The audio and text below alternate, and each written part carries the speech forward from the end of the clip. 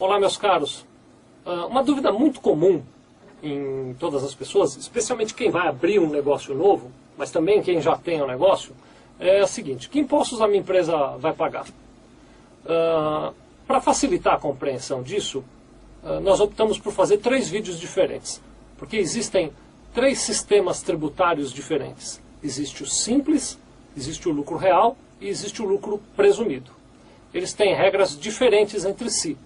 Então, se você assistir os 3 vídeos, você vai conseguir compreender perfeitamente como é que funciona a tributação no simples, no lucro real e no lucro presumido. Então, vamos lá, vamos começar falando do simples. Bom, então vamos conversar sobre como é a tributação de uma empresa que optou pelo lucro real. Como é que funciona ali a tributação no lucro real? Para dar essa introdução, eu vou pedir para o Felipe botar uma tabelinha aqui para vocês. Essa tabela é uma tabela do resumo dos tributos mais comuns que a sua empresa vai pagar. Eu estava dizendo outro dia desses aí, tem uma quantidade enorme de tributos, taxas e tudo mais, né? Eu estou destacando aqui os principais, que são aqueles tributos que vão incidir ou sobre o faturamento da sua empresa ou sobre os salários dos seus trabalhadores, tá bom?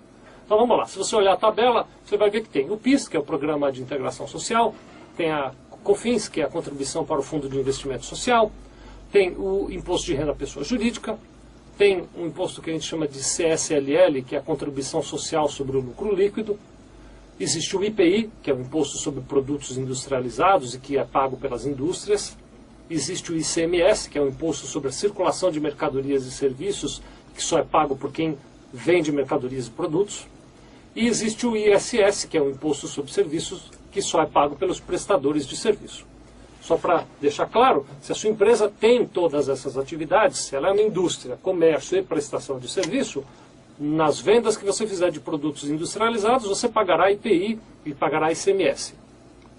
Nas vendas que você fizer apenas de mercadorias, produtos que você comprou e vendeu da maneira que eles estavam, você pagará apenas ICMS. E nas operações de prestação de serviço, pagará apenas ISS.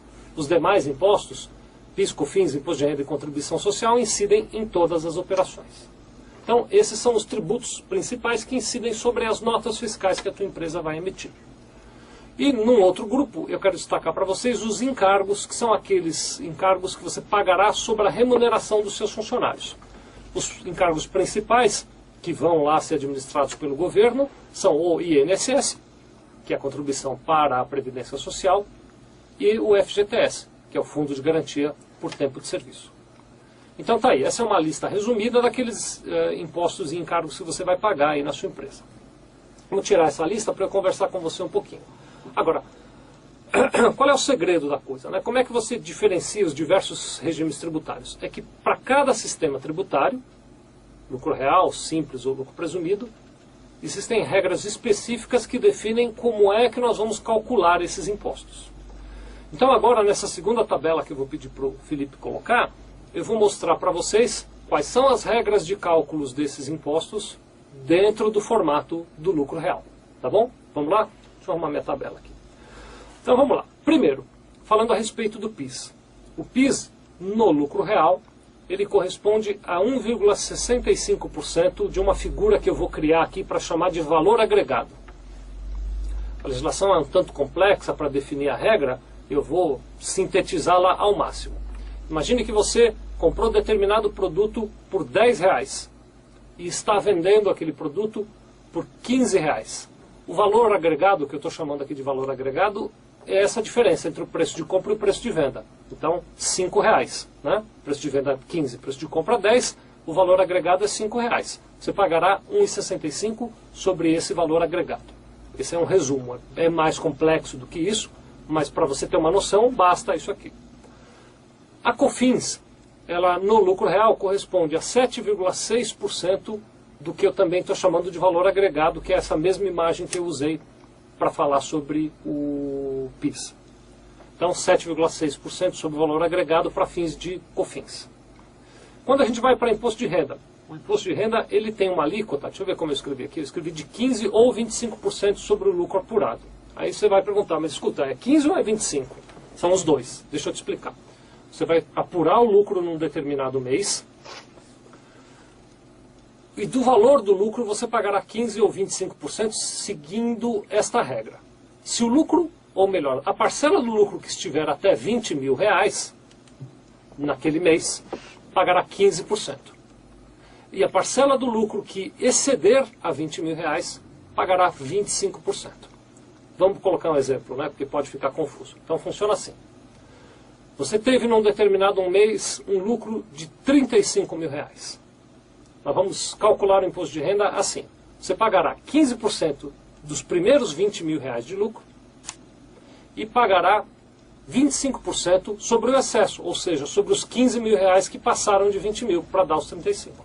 Então o cálculo do imposto seria 20.000 vezes 15% mais 30.000 vezes 25%. Ficou claro? Esse é o cálculo do imposto de renda devido no lucro real.